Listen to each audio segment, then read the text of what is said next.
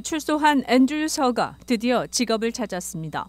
그동안 한인 후견인들과 교회의 도움으로 자립을 위한 준비를 차근차근 해온 그는 얼마 전 직장을 잡고 본격적인 독립생활의 기틀을 마련한 것으로 알려졌습니다. 또한 아직도 수감 생활을 하고 있는 교도소의 청소년들을 위해 조기 석방이 가능한지에 대해 조언해주고 새로운 법 시행에 맞춰 형기가 단축되는 각종 프로그램 등을 안내해주는 역할도 하고 있습니다. 그는 출소 후 한인사회와의 기자회견석상에서 재소자들의 후견인 역할을 약속한 바 있습니다. 우리 사회에서 다시 도와주는 것도 많이 있으니까요. 다시 한 번 더 도와주고 I would like to give back to the community, contribute back and make a difference in people's lives, all the way from the youth to re-entering citizens to within our community. 그는 아직도 약 1,000명의 재소자들이 형기 단축을 받아 출소가 가능하다고 본다고 전했습니다. 다만 교도소 측에서 보관하는 재소자 기록이 제대로 보관되지 않고 있다는 것과 각 교도소마다 이를 형기 계산에 적용하는 데 있어 천차만별이기 때문에 형기 단축 관련 새 법이 올바르게 적용되지 못하는 경우가 많은 점을 지적했습니다. 특히 재소자들이 교도소 내에서 노동하거나 교육을 받거나 특정 프로그램을 이수한 경우 거기에 맞는 크레딧을 받아 형기를 줄이는 데 적용돼야 하는데 이런 절차가 적절히 이루어지지 않고 있다고 앤드류는 전했습니다. 재소자 중 올해 조기 출소가 가능한 사람도 교도소 측에서는 2027년에야 가능하다고 주장해 큰 차이가 난다는 것입니다. 재소자에 대한 크레딧이 제대로 계산되지 않아 조기 석방이 늦춰지는 것에 앤드류는 안타까움을 나타냈습니다.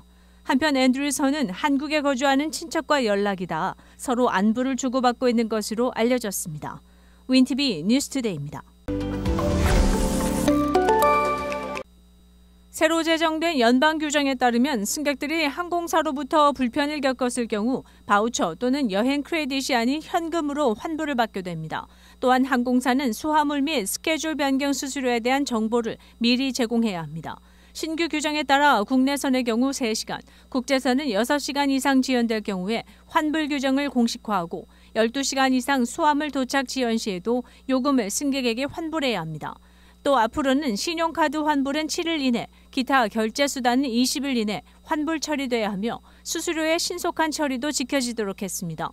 미 교통부 장관은 소비자들이 머리 아픈 일 없이 환불이 이루어져야 한다며 새로운 규정은 항공사와 승객 간에 새로운 기준을 세우도록 했다고 밝혔습니다. 새롭게 제정된 이번 규정은 지난 팬데믹 상황에서 고객들의 불만이 크게 증가한 것에 기인합니다.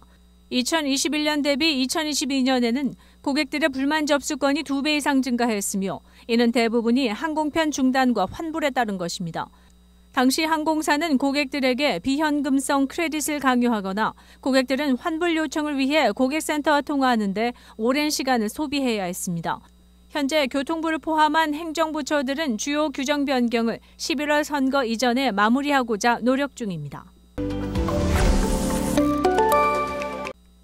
최근 스탠퍼드대가 발간한 AI 인덱스 2024에 의하면 한국은 2022년 기준 인구 10만 명당 AI 특허 수는 10.26으로 조사 대상국 중 가장 많았습니다. 2위는 룩셈부르크로 10만 명당 특허 수가 8.73개였습니다.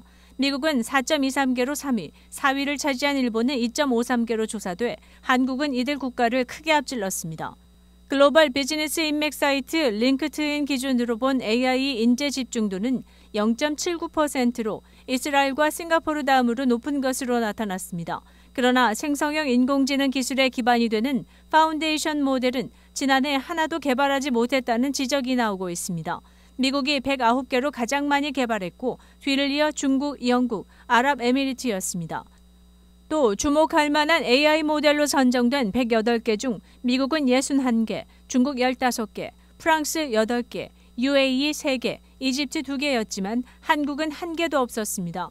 인재이동 지표를 살펴보면 마이너스 0.3으로 나타나 AI 인재가 한국으로 들어오는 것이 아니라 해외로 빠져나가는 것으로 분석됐습니다. AI에 대한 민간 투자 규모는 한국이 13억 9천만 달러로 9번째였는데 미국은 672억 달러로 1위를 차지해 2위인 중국의 9배를 상회했습니다. 한국의 투자 규모는 1년 새 절반 이상 준 것으로 나타났습니다.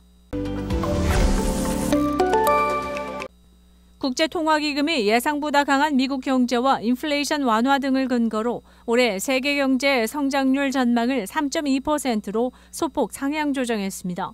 이는 IMF의 지난 1월 전망보다 0.1%포인트, 작년 10월 전망보다 0.3%포인트 높은 것입니다. 올해 성장률 추정치는 작년과 같은 3.2%이며 IMF는 2022년도에도 세계 경제가 3.2% 성장할 것으로 예상했습니다. IMF는 미국 경제는 올해 2.7% 성장할 것으로 추산했습니다. 선진국 경제는 성장률이 2023년 1.6%에서 올해 1.7%, 내년에는 1.8% 증가할 것으로 IMF는 전망했습니다. US 뉴스 앤 월드 리포트는 최근 보고서를 통해 일리노이주의 250여 개 사립고등학교의 학비, 학생대 교사 비율, 총 학생 수 등을 공개했습니다.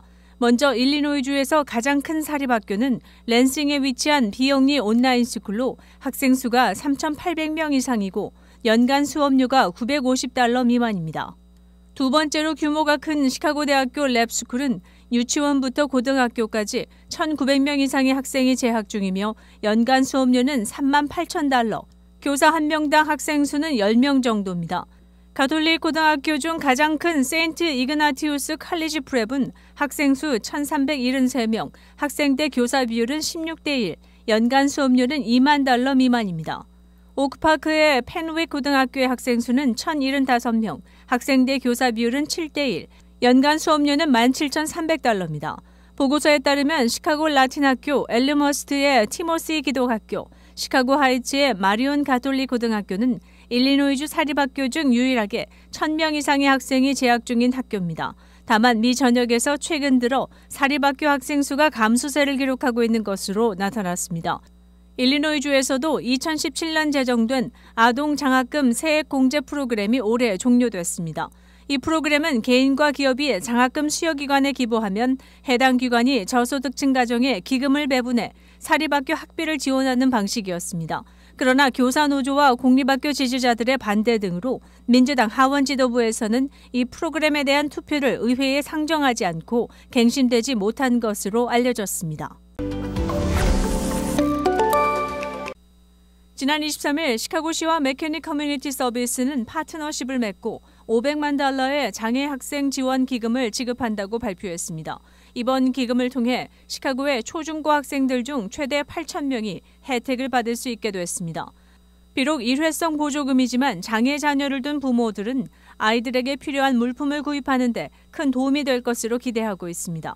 7살 아들을 둔 스미스 씨는 지원금이 단지 보너스에 불과한 것이 아니라 아이들이 잘 보살핌받고 훌륭한 성인으로 성장할 수 있도록 할 것이라고 말합니다. 또 다른 부모들도 인터뷰에서 장애는 일시적인 것이 아니기 때문에 이 기금이 일회성에 그치지 않기를 바란다고 전했습니다. 다양성 학습자 회복기금으로 명명된 이 기금을 신청하려면 시카고에 거주하고 가구 소득이 연방 빈곤 수준의 300% 미만인 장애 학생 가정이어야 합니다. 또한 장애 학생은 공립 및 사립학교에 등록돼 있어야 하며 개별 교육 계획, 504 계획, 개별 지원 계획을 받고 있거나 진단을 증명하는 의사의 소견서를 가지고 있어야 합니다.